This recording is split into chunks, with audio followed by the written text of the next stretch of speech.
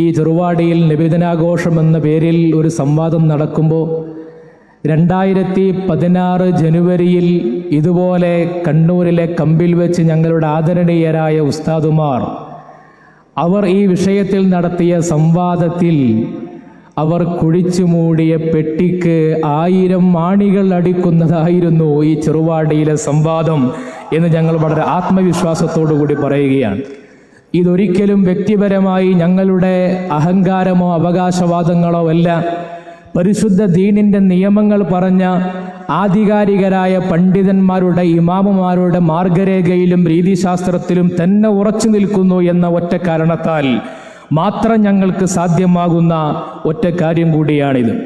പരിശുദ്ധമായ അഹ്ലുസുന്നത്തി വൽ ജമാഅയുടെ സംസ്ഥാപനത്തിനും അതിൻ്റെ സംരക്ഷണത്തിനും വേണ്ടിയാണ് സമസ്ത കേരള ജംഇയ്യത്തുൽ ഉലമയുടെ കീഴിലുള്ള ആദർശ വിഭാഗമായ ഇസ്തിഖാമ റിസർച്ച് കൗൺസിൽ എന്ന ഞങ്ങളുടെ ആദർശ പഠന വിഭാഗം കാലങ്ങളായിട്ട് പ്രവർത്തിച്ചു വരുന്നത്. ആദരണീയരായ സമസ്തയുടെ കേന്ദ്ര മുഷാവറ അംഗം ബഹുമാനപ്പെട്ട ശൈഖുന അബ്ദുൽ ഗഫൂർ അൻവരി ഉസ്താദ്, MT അബൂബക്കർ ദാരിമി ഉസ്താദ്, മുസ്തഫ ഷറഫി ഉസ്താദ് തുടങ്ങിയ വളരെ പ്രഗത്ഭരായ പണ്ഡിതർ നേതൃത്വം നൽകുന്ന ആ വൈജ്ഞാനിക സംഘത്തിൻ്റെ ധന്യതയോടെ അഭിമാനിക്കാം. 100ാം വാർഷിക മഹാസമ്മേളനത്തിൻ്റെ പടിവാതിൽക്ക് ഞങ്ങൾ എത്തി നിൽക്കുമ്പോൾ ഈ ചെറുവാടിയിലെ സംവാദം ഒരിക്കൽ കൂടി കേരളത്തിൻ്റെ പൊതുമണ്ഡലത്തിനൊരു സാക്ഷ്യപ്പെടുത്തൽ നൽകുന്നു. ഈ നബിദിനാഘോഷത്തിന് സമാനമായ ആദർശ വിഷയങ്ങളിൽ കഴിഞ്ഞ 100 കൊല്ലക്കാലത്തെ പരിണാമങ്ങളില്ലാത്ത ശരിയേതാണ്, വൈരുദ്ധ്യങ്ങളില്ലാത്ത ശരിയേതാണ്, വിരോധങ്ങളില്ലാത്ത ശരിയേതാണ്. ഓരോ സംവാദങ്ങളിലും നാൾക്കുനാൾ വന്ന് ഇമാമുമാരെ തള്ളിപ്പറയേണ്ട ഗതികേടില്ലാത്ത ശരിയുടെ മാർഗമേതാണ്. അതാണ് അഹ്ലുസുന്നത്തി വൽ ജമാഅയെ പ്രതിനിധാനം ചെയ്യുന്ന സമസ്ത. അടുത്ത 100 കൊല്ലത്തേക്കുള്ള ആദർശത്തിന്റെ ശരി ഏതാണെന്ന സാക്ഷ്യപ്പെടുത്തൽ കൂടിയാണിതെന്ന് സാന്ദർഭികമായിട്ട് ഞങ്ങൾ ഓർമ്മപ്പെടുത്തുകയാണ്. ഈ സംവാദത്തെക്കുറിച്ച് നമുക്കറിയാമല്ലോ, ഇവിടെ കൃത്യമായി ഒരു വാദങ്ങൾ തമ്മിലുള്ള ഏറ്റുമുട്ടൽ നടന്ന സംവാദമാണ്. ഇതൊരിക്കലും കവലപ്രസംഗങ്ങളല്ല, ഞാൻ പഠിച്ചത് പറയലോ പാടുകയോ ചെയ്യേണ്ട വേദിയല്ല. വാദങ്ങളുണ്ട് ഇവിടെ. എന്തായിരുന്നു ഞങ്ങളുടെ വാദം? ഞങ്ങളുടെ പ്രധാനപ്പെട്ട വാദം നബിദിനാഘോഷം പുണ്യകർമ്മമാണ്. ഈ നബിദിനാഘോഷം പുണ്യകർമ്മമാണ് എന്ന വാദവുമായിട്ട് ഞങ്ങൾ വരുമ്പോൾ ആ വാദത്തെ നിങ്ങൾ എങ്ങനെയാണ് പ്രതിരോധിക്കേണ്ടത്? ഏത് പുണ്യകർമ്മമല്ല, ഇതാ ഇന്ന ആയത്ത്. നബിദിനാഘോഷം പുണ്യകർമ്മമല്ല, ഇന്ന ഹദീഫ്. നബിദിനാഘോഷം പുണ്യകർമ്മമല്ല, ഇന്ന ഇമാം. ഇങ്ങനെ എണ്ണി എണ്ണി പറയേണ്ടതിന് പകരം ആ ചോദ്യത്തെ പരാമർശിക്കാനോ ആ വാദത്തെ ഒന്ന് സ്പർശിക്കുക പോലും ചെയ്തിട്ടില്ല. ഈ സംവാദത്തിന്റെ മണിക്കൂറുകൾ നീണ്ട CD നിങ്ങളൊന്ന്, അതിന്റെ ലൈവ് നിങ്ങളൊന്ന് പരിശോധിക്കുക. നബിദിനാഘോഷം പുണ്യകർമ്മമല്ലെന്ന് ഒരൊറ്റ ആയത്ത് 6236 ആയത്തുകളിൽ നിന്ന് ഇവർ ഓതിയോ? ഏതെങ്കിലും ഒരു ഹദീസ് പ്രാമാണികമായിട്ട് ഓതിയോ? ഏതെങ്കിലും ആധികാരികമായ പണ്ഡിതരുടെ രേഖ ഞങ്ങളുടെ ഈ വാദത്തെ നഖ്ൽ ചെയ്യാൻ ഇവർ ഓതിയോ? ഇതല്ലേ മുനാദറ, ഇതല്ലേ ഡിബേറ്റ്, അതല്ലേ ചെയ്യേണ്ടിയിരുന്നത്. എന്നാൽ അതൊന്നും ചെയ്തില്ല എന്ന് മാത്രമല്ല, അവർക്കൊരാളെയും തെരഞ്ഞിട്ട് അവർക്ക് കിട്ടിയില്ലെന്ന് മാത്രമല്ല, നബിദിനാഘോഷത്തെ പുണ്യകരമാണെന്ന് പറഞ്ഞത് ആരൊക്കെയാണ്? ഞങ്ങൾ യോഗം ചേർന്ന് ഇന്നലെയോ പറഞ്ഞതാണോ? നിങ്ങൾ ഈ വസീലത്ത് ശിർക്കൊക്കെ ഉണ്ടാക്കിയെടുത്തതുപോലെ അത് കേവല ആരോപണമല്ല, അത് നിങ്ങളുടെ മാർഗഭ്രംശത്തിന്റെ മാനദണ്ഡമാണ് എന്നതുപോലെ ഞങ്ങൾ ഉണ്ടാക്കിയെടുത്തതല്ല. ഇതിന് ആധികാരിക രേഖയുണ്ട്. ഇത് ഹാഫിദ് ഇബ്നു ഹജർ റളിയല്ലാഹു അൻഹു ഇതിന് ഏതാണ് ഇതിന്റെ മാനദണ്ഡം എന്ന് പറഞ്ഞിട്ടുണ്ട്. നിങ്ങൾ പറയെടുത്തു ഇമാമുമാരെ രേഖയായിട്ട് നിങ്ങൾ ഉദ്ധരിക്കാറില്ലേ? നിങ്ങൾ ഇബ്നു ബാസിനെയും ആലുശൈഖിനെയും ഒക്കെ അല്ലേ വസീലത്തു ശിർക്കിന്റെ താരീഫിന് രേഖയാക്കിയത്? അങ്ങനത്തെ നിങ്ങൾക്ക് എന്തുകൊണ്ടാണ് ഹാഫിദ് ഇബ്നു ഹജർ തങ്ങൾ രേഖയാകാതെ പോയത്? ഇമാം സുയൂത്തി, ഇമാം സഖാവി തുടങ്ങിയ പണ്ഡിതന്മാർ പറഞ്ഞു വെക്കുകയാണ്. നിങ്ങൾ ഇസ്ലാഹി പ്രസ്ഥാനത്തിന്റെ നവോത്ഥാന ശില്പികളെന്ന് നിങ്ങളുടെ പാഠപുസ്തകത്തിൽ കൊച്ചുമക്കളെ പഠിപ്പിച്ചു കൊടുത്ത ഷാ വലിയുല്ലാഹി ദഹ്ലവി, സർഹിന്ദി, അവരൊക്കെയും ഇതിനെ അംഗീകരിച്ചു. ഇന്ത്യയിലുള്ളവർ എന്ന് പറഞ്ഞു. നിങ്ങളതിനെ സ്പർശിച്ചതുപോലുമില്ല. നിങ്ങളുടെ സ്ഥാപിതകാല നേതാക്കൾ അന്ധവിശ്വാസത്തിന്റെ ഭൂതക്കണ്ണാടി ഉപയോഗിച്ച് കേരള മുസ്ലിമീങ്ങളെ സ്കാൻ ചെയ്തെടുത്ത് അവരുടെ ഓരോ കർമ്മങ്ങളുടെ മേലും ബിദ്അത്തിന്റെ കരിമ്പടം പുതക്കാൻ ശ്രമിച്ച KM മൗലവിയെ പോലെയുള്ള EK മൗലവിയെ പോലെയുള്ള ആളുകൾക്ക് പോലും ചികഞ്ഞു നോക്കിയിട്ട് കണ്ടെത്താൻ കഴിയാത്ത ഒരു കാര്യമായിരുന്നു. അവർ പോലും ഇത് പുണ്യകരമാണെന്നാ പറഞ്ഞത്. അതിനാണ് എന്ന ആയത്തോതിയത്. ഇവരൊക്കെ പുണ്യകരമാണെന്ന് പറയുമ്പോൾ എവിടെയെങ്കിലും ഒരു വാക്ക് പറയണ്ടേ? ഒന്നുകിൽ ഞങ്ങൾ അതിനെ അംഗീകരിക്കുന്നില്ല, KM മൗലവിയെ ഞങ്ങൾ തള്ളുന്നു എന്ന് പറയണ്ടേ? അല്ലെങ്കിൽ ആ രേഖ ഞങ്ങൾ സ്വീകരിക്കില്ലെന്ന് പറയണ്ടേ? ഒരു അക്ഷരം പോലും അതിനെക്കുറിച്ച് പ്രതികരിക്കും സ്വീകരിച്ചിട്ടില്ല. എന്നാൽ നിങ്ങളുടെ വാദം എന്തായിരുന്നു? മുൻഗാമികൾ ചെയ്യാത്ത, അവർക്ക് പരിചിതമല്ലാത്ത, സ്വഹാബത്തിന് പരിചിതമല്ലാത്ത കാര്യങ്ങൾ, ആ കാര്യങ്ങൾ ദുരാചാരമാണെന്ന വാദം.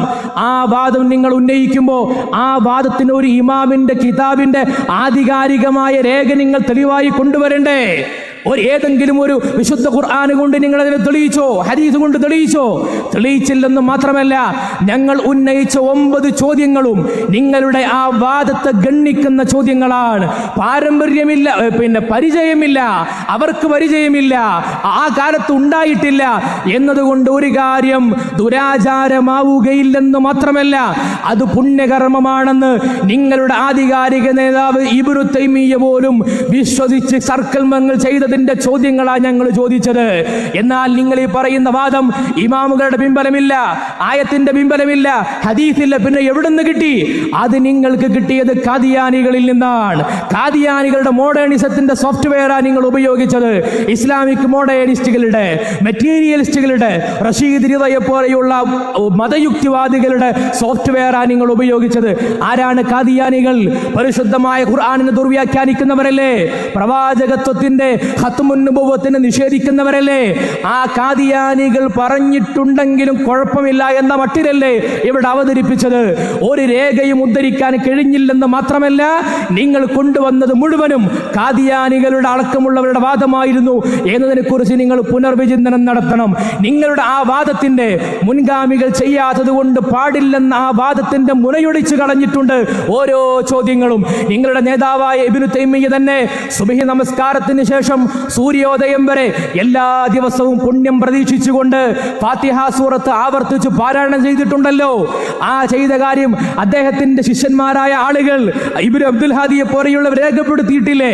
എങ്കിൽ ആ ഇബ്നു തൈമിയ്യ ഒരു പ്രത്യേക കൂലി പ്രതീക്ഷിച്ചുകൊണ്ട്, ഒരു പ്രത്യേക കാര്യത്തെ പതിവാക്കിയിട്ട്, നബി തങ്ങൾ ചെയ്യാത്ത, സ്വഹാബത്ത് ചെയ്യാത്ത, സലഫുസ് സാലിഹീകൾക്ക് പരിചയമില്ലാത്ത ഒരു കാര്യം ചെയ്ത ഇബ്നു തൈമിയ്യ അയാൾ മുബ്തദി ആണെന്ന് നിങ്ങൾ പറയേണ്ടി വരില്ലേ? ആ ഇബ്നു തൈമിയ്യ ഒരു ആയത്ത് ഇങ്ങനെ ഓതി, ആ ആയത്തിന്റെ സമാനമായ തെളിവ് അള്ളാഹുവിന്റെ റസൂലിനോട് മുനാജാത്ത് നടത്തുമ്പോൾ സ്വതക്ക കൊടുക്കണമല്ലോ, എങ്കിൽ അള്ളാഹുവിനോടുള്ള മുനാജാത്തിൽ ഔലയാണെന്ന് പറഞ്ഞ് തെളിവ് സ്വീകരിച്ചപ്പോൾ ഞങ്ങളതിനെ കൊണ്ടുവന്നു. എന്നിട്ട് ആ രേഖ പോലും കാണാതെ അത് മൻസൂഖാണെന്ന് തട്ടിവിടുകയല്ലേ ചെയ്തത്? എത്ര വലിയ വിഡ്ഢിത്തമാണ്! ഇബ്നു തൈമിയ്യ മൻസൂഖായ ഒരു കാര്യം അറിയാതെ അമൽ ചെയ്യുന്ന ആളാണെന്നല്ലേ നിങ്ങൾ ഈ അണികളെ പഠിപ്പിച്ചുകൊണ്ടിരിക്കുന്നത്? നിങ്ങളുടെ മാനദണ്ഡങ്ങളെ ഒന്നൊന്നായി ഞങ്ങൾ പൊളിച്ചു കളയുകയല്ലേ ചെയ്തത്? മഹാനായ ഹാഫിദ് ഇബ്നു ഹജർ അസ്ഖലാനി റളിയല്ലാഹു അൻഹു നിസ്കാരത്തിൽ ഒരു പുതിയ ദിക്റിനെ കൊണ്ടുവരാൻ ഒരു നിസ്കരിക്കുന്ന ആൾക്ക് അനുവാദമുണ്ടോ എന്ന കാര്യത്തെ വിശകലനം ചെയ്തുകൊണ്ട് അത് അനുവദനീയമാണെന്നൊരു ഹദീസിനെ അടിസ്ഥാനപ്പെടുത്തി ദലീൽ സ്വീകരിച്ചു. എന്നാൽ നിങ്ങൾ അതിനെ എതിർക്കുകയാണ് ചെയ്തത്. അങ്ങനെ പുതിയ രീതിയെ കൊണ്ടുവരാമെന്ന് പറഞ്ഞ ഹാഫിദ് ഇബ്നു ഹജർ തങ്ങൾ മുബ്തദി ആണോ എന്ന ചോദ്യത്തിന് നിങ്ങൾക്ക് മറുപടി ഉണ്ടായിട്ടില്ല. അസംഖ്യം ഇമാമുമാരെ പറഞ്ഞു, അതിനും മറുപടി ഉണ്ടായിട്ടില്ല.